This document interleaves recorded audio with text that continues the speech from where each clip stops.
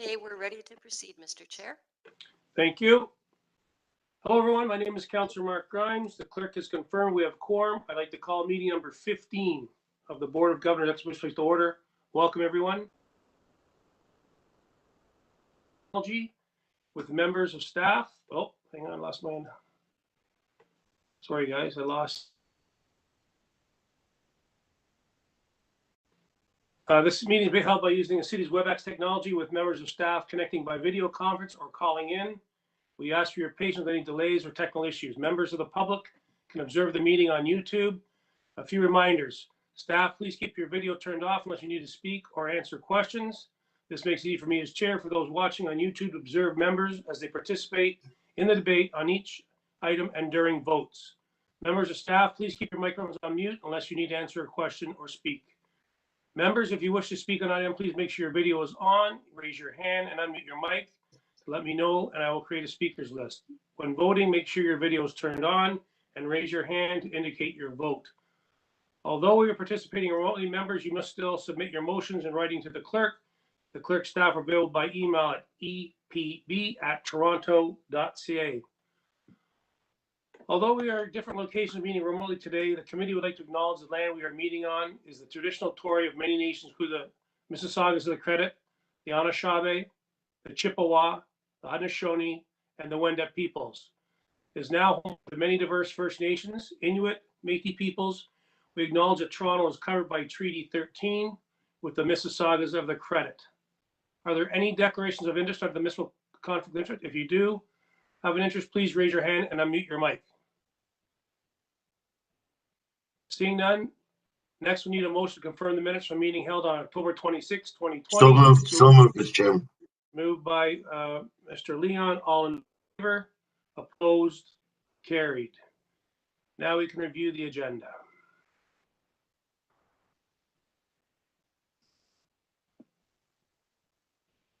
Okay, 15.1, delegation schedule pursuant to financial bylaw number 2-18. Moved by Mr. Lickman, all in favor, opposed, carried. 15.2, occupational health and safety report, third quarter 2020. Hold for question. Number 3, 2019 purchasing and expenditure optional review status update. So moved. Moved by Mr. Leon, all in favor, opposed, carried. 15.5, exhibition place management report, third quarter 2020. Moved by Councillor Perruzza, all in favor, opposed, carried. 15.6, 2020 operating budget financial impact update due to COVID-19. Hold.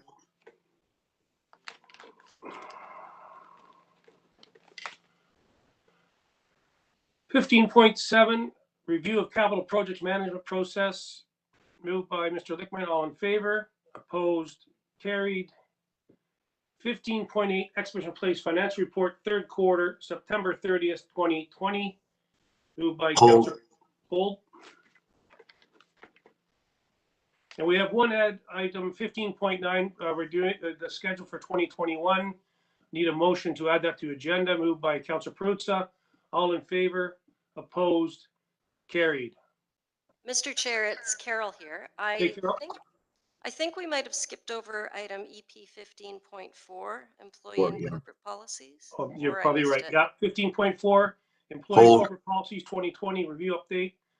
Hold. Hold, Mr. Leo. Okay. Jeez, I'm sorry. Okay, so Carol, you good to go to number 2? Yes, Mr. Leon is holding number 2. Yeah, okay. Mr. Leon, you held the item? I did, Mr. Chairman. The report. What questions of staff? Yes. Question. The report is quite excellent. However, it doesn't mention what is causing the long-term disability to increase, and I'm wondering what staff, why it is increasing, and how are staff trying to curb this?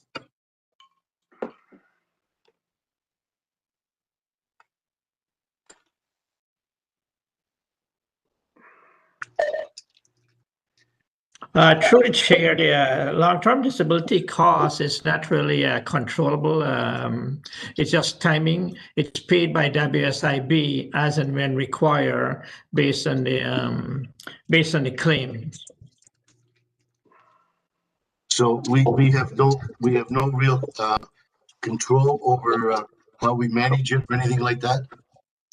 Well, the only control through the chair again, the only control we have is our operations staff work with each individual that's on WSIB claim to try to bring them back to work or to reduce those long-term claims.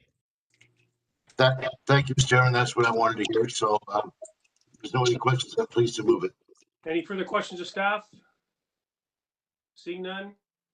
Any speakers? Seeing none, Mr. Leon's moving 15.2 Occupational Health and Safety Report, third quarter 2020. All in favor? Opposed? Carried. 15.4 Employees and Corporate Policies 2020 Review Update. Mr. Leon, questions of staff? Yes, I do. Thank you, Mr. Chairman. I have several actually. I went through all of the ones that the board are initiated and new ones. Most of the ones I'm assuming city policy and provincial legislation are settled in. So I have a couple of questions for staff. The first one is under the alcohol and substance abuse. May I ask where marijuana fits into that? Because it's not mentioned or specified or anything like that. And I just didn't see it. I noticed drugs are mentioned, but what about marijuana? That's something that's a little more prevalent today. I'm wondering what is how it fits into our schedule there.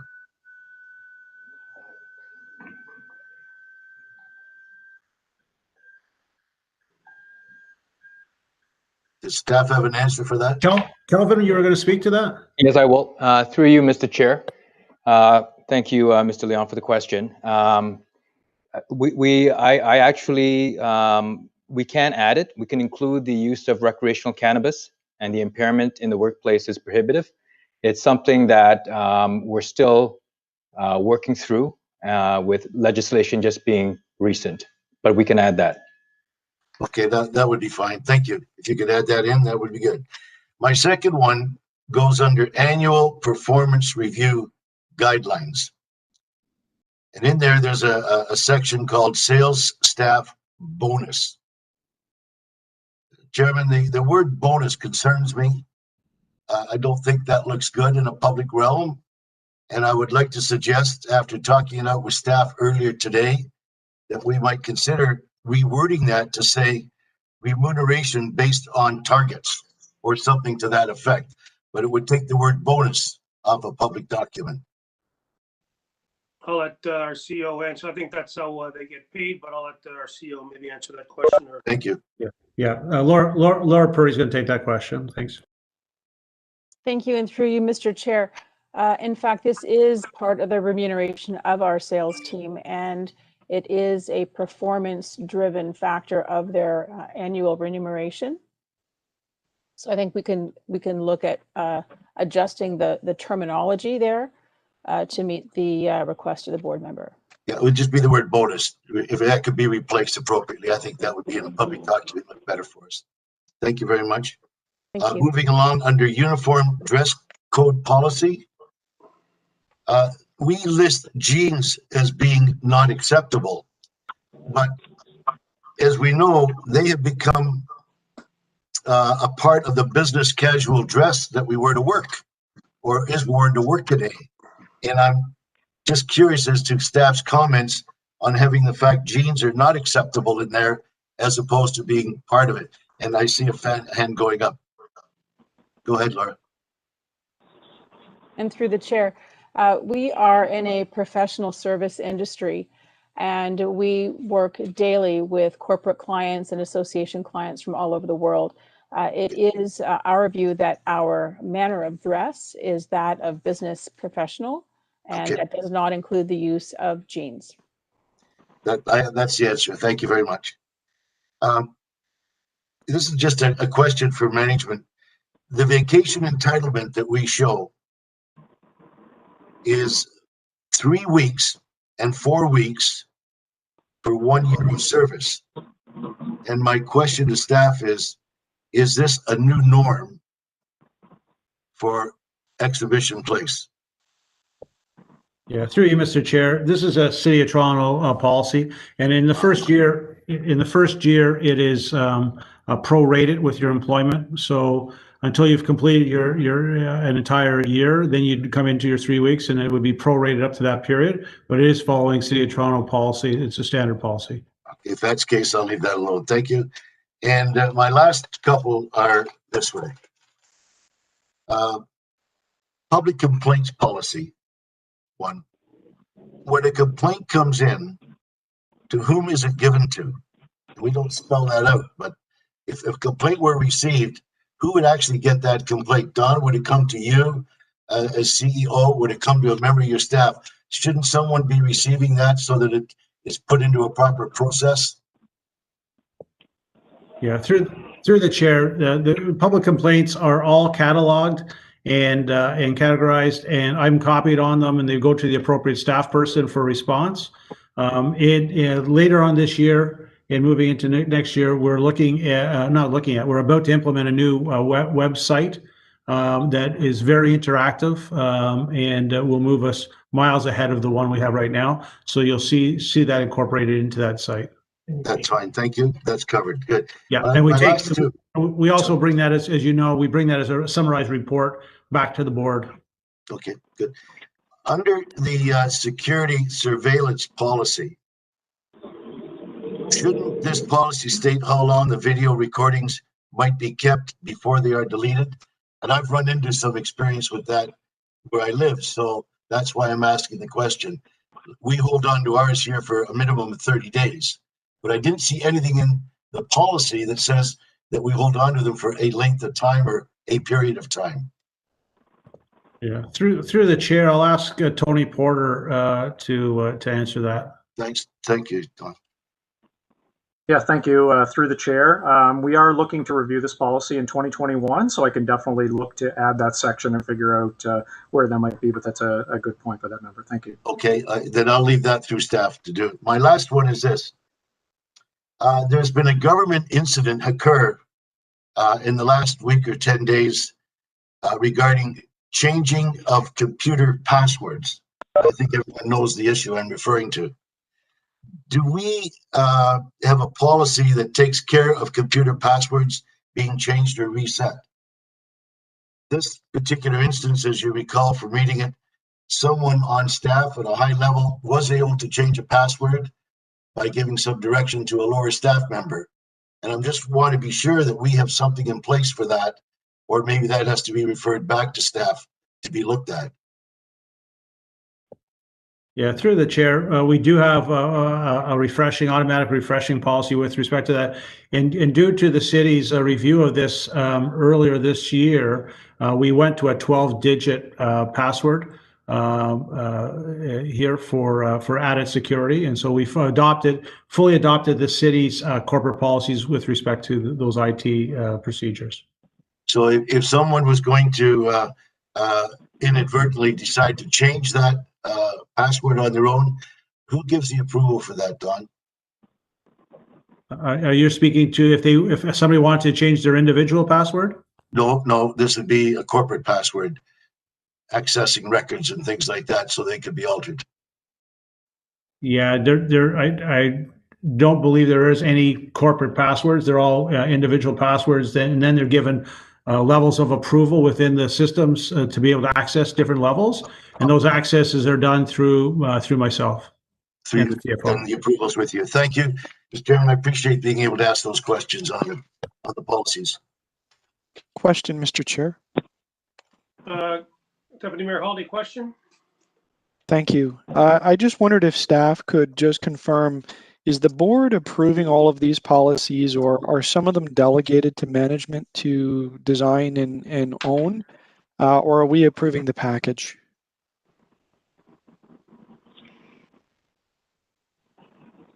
Through the chair, you're approving the package. We bring them forth to you.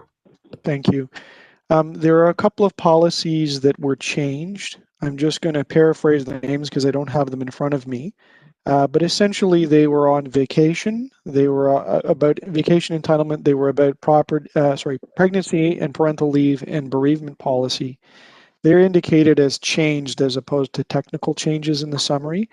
I wondered if you could just highlight for the board in basic terms what was changed, because you can't tell from the document. You only have the new one in front of you, and just the rationale behind the changes. Through the chair, the two policies you mentioned, were corporate City of Toronto policies, and so we're just fitting into those policies. So we've just simply adopted the city approved. On our vacation policy, it was a little bit ambiguity to it. It allowed staff, or it became the practice that staff were allowed to, or thought they were allowed to carry 6 weeks, up to 6 weeks vacation or lieu time over to the next year. And we had a case where staff would begin the year with as many as 8 to 10 weeks. In the policy and we actually circulate the policy for input from all staff. We did it actually twice to include all staff to ensure buy-in. But the policy now enables a staff person to carry over as many as 2 weeks, but they must take at least 2 weeks vacation each year. So at the very minimum, they can carry over 2 weeks, but they must take, so if you have 3 weeks holiday, you must take 2 weeks. You could carry 1 week over, and you must use that by April 30th or March 30th of that next year. And really, it's about managing a work-life balance. And in particular, one of the things that we did as a senior management team, given COVID and given the business and the monetary, staff have exhausted all former carryover lieu time in excess of, and they've exhausted all vacation time this year. So we had lots of staff some staff with 12 weeks vacation or 12 weeks of time. Everything is now being exhausted going into I believe it's March 1st of next year. We're absolutely clean. The other thing that they did was you had to gain time to be able to take time. So starting January 1st, all staff had no vacation time, and they had to wait until they gained time to take a week's vacation. So they felt they had to carry overtime. What we're doing now is we're distributing, we're granting their full vacation complement on January 1st, so they can begin taking time. If they ended up leaving the corporation early, we would deduct it off their pay if they had not actually accrued it. But this way, they're given their full vacation balance on January 1st. They can take 2 weeks vacation, go south in January, and move forward. There's no need now at all to carry overtime. And we're really trying to keep a work-life balance to ensure vacation time is given to try to keep that balance between family and health. And so we've instituted this. And again, we circulated with all staff 2 times, had full input from all staff and complete buy-in. Thank you. And none of this affects any employment contracts. This would be outside of that. That is correct. This is outside that. Okay. And then the last piece was the long-term disability policy is new. And I just wondered if you could tell us, I see it here what it is, but I wondered if you could tell us the genesis of it.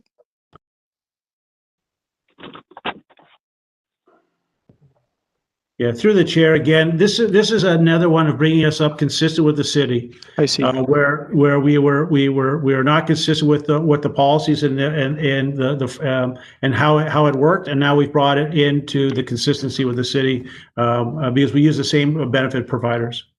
Thank you very much. Thank you, Mr. Chair. I have no other questions. Any further questions? Just one, if you don't mind. Sorry, is that Tess? That's Tess, yeah. Hey, Tess, sorry, the floor's yours. Thank you, and through you, Mr. Chair, to the CEO. Just one comment is just a consideration of a whistleblower policy. I didn't see it as a separate policy, so I'm not sure if it's contained somewhere else, but I would just suggest to staff maybe to consider that, adding that, whether it's in another policy or something separate. Yeah, through the chair. Thanks for that. I did check. The City of Toronto does have a policy. We do not. We're silent on it. So we're going to take that up and look how we can potentially implement it. Thanks very much for that. And thanks, Don. Any more questions of staff? Seeing none, Don, so you've heard all these recommendations. Do we need a motion on this, or are you good with what Mr. Leon and Tess have brought up? Yeah, we're very good. Those are really housekeeping matters, and we'll institute those within it. Okay, thank you. Seeing no further questions, any speakers? Seeing none, I'll move the recommendation in force number 4. Exhibition Police Management Report, third quarter 2020. All in favor? Opposed? Carried. On to number 6, 15.6, 2020 operating budget financial impact update due to COVID-19. Mr. Leon, you've held the item. Questions of staff? Question on the force majeure refunds, okay? Now, I don't know, is that an item for open discussion here, Mr. Chair? I appreciate your guidance. Or do we do that in camera later on? Don? Do we do the force majeure now or in camera? Don, we can't hear you. Don, you're on mute. Yeah, thank you. I think we could, that's an open report, so I think we can do that right now. Then to staff, how do we handle the force majeure matter? And what is the refund amount that's involved here? Yeah, I'll let Laura will take that. Thank you. Thank you, and through the chair, force majeure is a clause in our license agreement. Our license agreement is has been written under the guidance of Alison Fowles, our solicitor for the board. And force majeure, if force majeure is triggered by the client, force majeure is triggered to refund the rent under a number of specific circumstances, COVID-19 being one of them as a pandemic. And the force majeure refund is eligible on the date that force majeure was called. So for example, if a show was in the middle of their show when force majeure was called, force majeure is then triggered from that day specifically. The days prior to that were used by the client in the space and the show would not be counted. And the days subsequent during the force majeure would be counted. Okay. So thank you, Laura. Laura, if I could go further with that, are the funds for force majeure kept separate in a separate account so they don't impact on the monthly operating statement, or are they considered as part of our cost of doing business? Through the chair, the force majeure is in fact the rent and services collected to the date of force majeure. Okay. And is there a fair, through you, Mr. Chair, is there a fair amount of money involved at this point that might have to be earlier or later date? Yes, through the chair, those monies are outlined in the financial report, which our CFO can speak with. Those are all of the funds that we have been dealing with respect to every event that has been canceled since March the 13th, 2020. Okay. Yeah, through the chair, all the force majeure that's been invoked for various events, we have already made refunds to those events already. If there's any that will happen for the balance of the year and all in the new year, then we will deal with it at that point. Yeah. So there's no more significant, through you, Mr. Chairman, there's no more significant ones to come. Everything's kind of kept along and up to date, do I understand what you've said? That's wonderful. Thank you very much. Thank you, Mr. Chairman. Any further questions of staff? I have a question, but not on that, related, but not that topic specifically. On this item though, Howard? Yes, on this item, I've been waiting. I mean, if it wasn't held down, I would have held it down. So Okay. yes, on this item. Okay, so my question is related in the sense, I've looked at the revenue figures and I've looked at also the amounts receivables, both in terms of the tenants and in terms of the events. And one side of the coin is the legal rights not to pay and the invoking of the force majeure. The other is, regardless of the right, not having the right to forego payment, it's the ability. So I do have some concerns around, be they events or tenants, whether they're obliged to or not, having the capacity to pay. And much like the banks that have a contingency that they're sort of gathering for, for customers that may go belly up, I didn't see how that was accounted for in the revenue? It seems that we're assuming we're going to collect mostly of what is owed to us. So my question, I guess, is how are we dealing with the fact that some of our receivables may never be collectible? Through the chair, a number of the receivable that has accrued from the tenants to date. We're working with the city as recently council approved a deferral of rent from April to December of this year over the balance of the term that a tenant has. So because of that, you'll end up with a high receivable. In addition to the receivable, because of the deferral of rent approved by council, at the end of the year, notwithstanding that, we are working with corporate city real estate management on the impact to the tenants. They are all submitting certain forms right now to provide and let us know what the impact of their business is, including whether they have seek any help from the federal government or the provincial government. And at that point, we're going to assess their ability to pay their outstanding receivable. And based on that assessment, we will decide what our bad debt provision will be at that point in time. The city council also approved that for some tenants that are unlikely after the pandemic is over to pay their receivable, the city is willing to let them walk away from their lease without any penalty. So that's one of the options out there that's already approved by city council. So there's more work to come on this. In the new year, we do have a report coming to the board to do with rent deferral and not rent abatement, because we're working with city real estate on that matter right now. Thank you. Just as an additional sort of exploration of that question, I know there's government grants as it relates to rent, but we have monies that are outstanding related to taxes and hydro, et cetera, et cetera. How do we deal with those additional costs? Through the chair again, the additional costs for those are, if it's exhibition place-based building, it's our cost. If it's for third party, given that they're closed, their utilities are also down. That's passed on to them, and that's part of the receivable.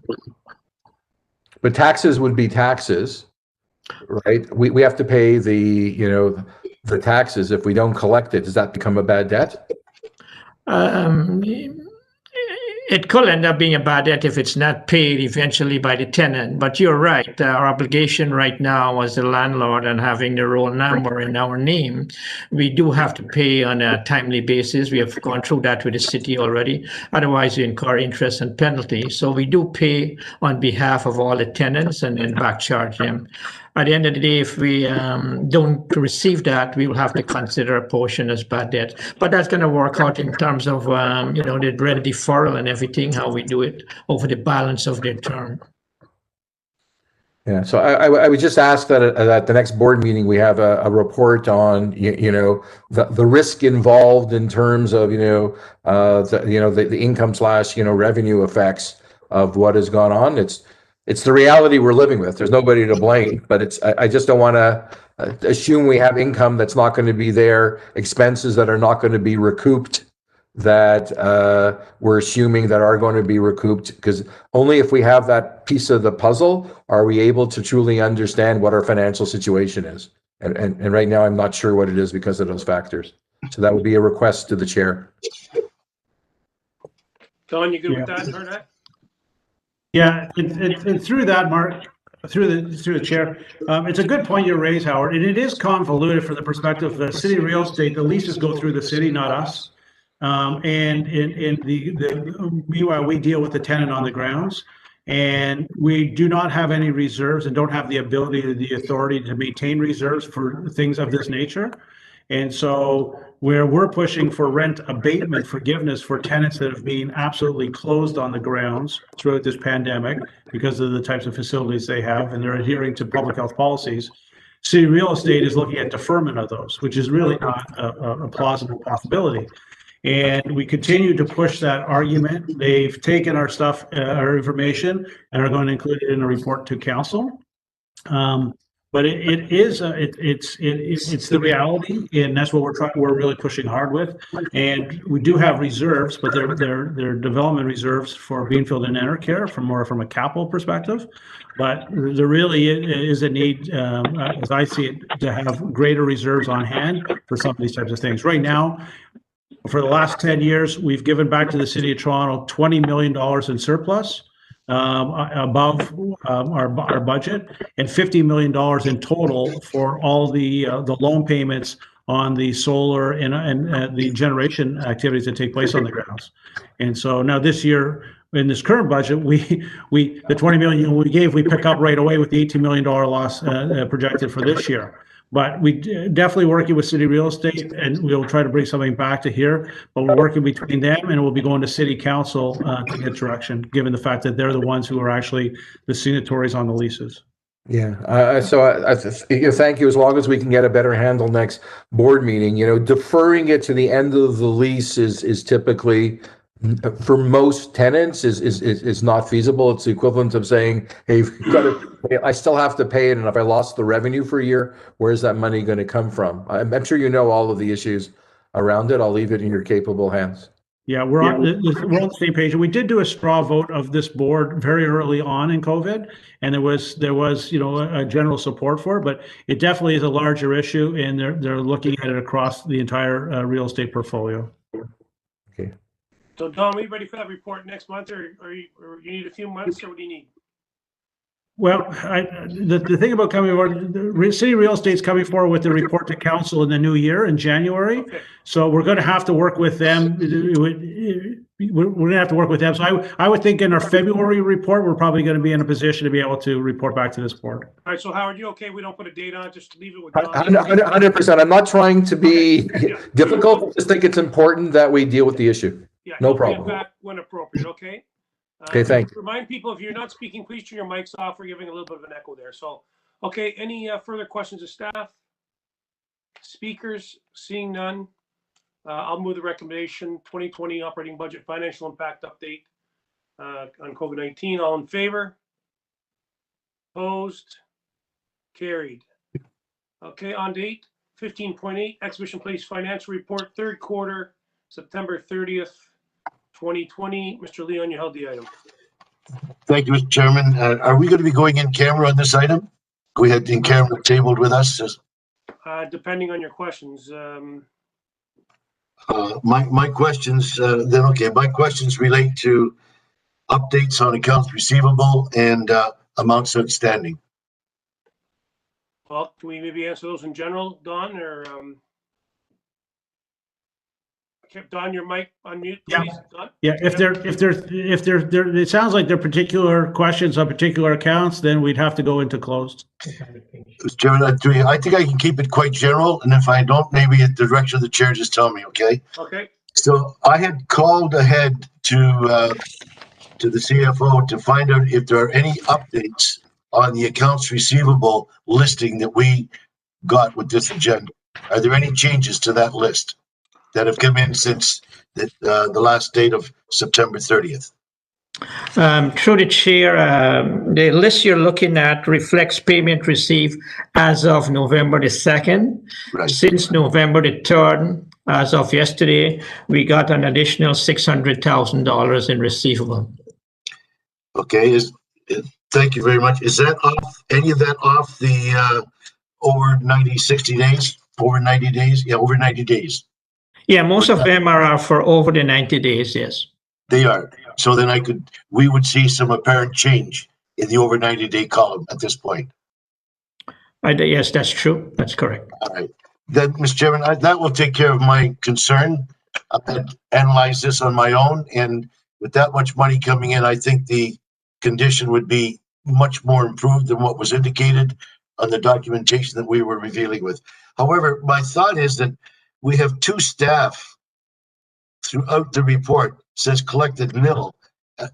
These two staff members, are they full-time? If I could ask the management that, are they full-time on accounts receivable, or is this kind of intermittent with no assigned accounts to collect from? Through the chair, I guess the collection of receivable are done as required. We have one full-time staff strictly on receivables, which is billings and payments received. But the collection effort is done by various staff, and because we are aggressively going behind shows and tenants sometimes, collection could always so be up to my level. And one of the reasons I do that is because I have a personal relationship with many of the show managers and the tenants. So sometimes it's easier for me to pick the phone up and call them and have them bring payments over. Well, I will go with my concern is the ones that are really far out that have not been collected and why this continually shows up in our reports. So I'm going to assume for the moment, rightly or wrongly, that the monies our dad is indicating he's received since November 2nd will influence this over 90-day column significantly. And I will leave it at that for now, but I will look at it more closely for the February meeting and hope that it might be considerably improved upon by that time. Okay. And that way we don't have to go in camera, Mr. Chairman. If there's no other questions, I'm happy to move it appropriately. Any further questions of staff? Seeing none, Mr. Leon's moving 15.8 Expedition Place Finance Report, third quarter, September 30th, 2020. All in favor? Opposed? Carried. On to our last item, 15.9, our schedule. We've got the schedule. Any questions of staff on the schedule? Seeing none. Tess, would like to move that? Tess, you there? Yes, moved. Yes. Ms. Romaine moving 15.9. All in favor? Opposed?